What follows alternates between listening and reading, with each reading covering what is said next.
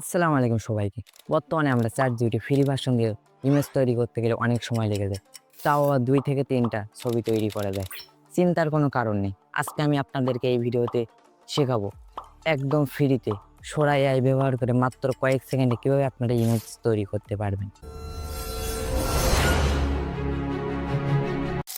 এজন্য আপনি ইন্টারনেট ব্রাউজারে চলে আসবেন। উপরে সার্চ করবেন sora.chatgpt। তো ফার্স্ট যে ওয়েবসাইটটি দেখতে পাচ্ছেন এটাতে ক্লিক করবেন।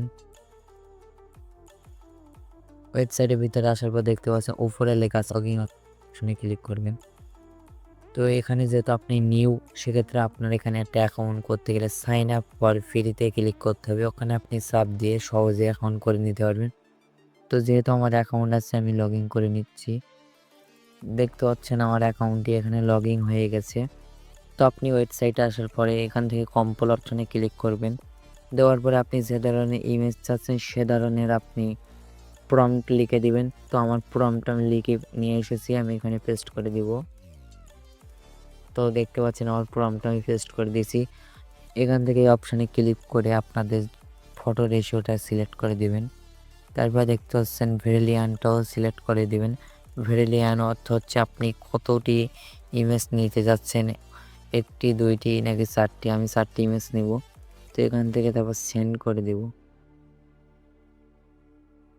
তো এখানে আমার ইউজার নেমটা চাচ্ছি, ইউজার নেমটা আমি দিয়ে দিব। তারপরে এখান থেকে ভিডিও অপশানে ক্লিক করে দিবেন। দেওয়ার পরে দেখতে পাচ্ছেন আমাদের ছবিগুলো এখানে রেডি হচ্ছে।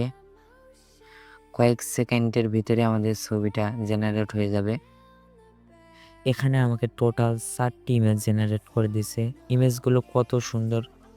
আপনারা যদি চান ইমেজগুলো ডাউনলোড করবেন তো উপরে 3 ডটে ক্লিক করে দেখতে পাচ্ছেন ডাউনলোড অপশন আছে, ডাউনলোডে ক্লিক করে দিলে ইমেজগুলো ডাউনলোড হয়ে যাবে অটোমেটিকলি।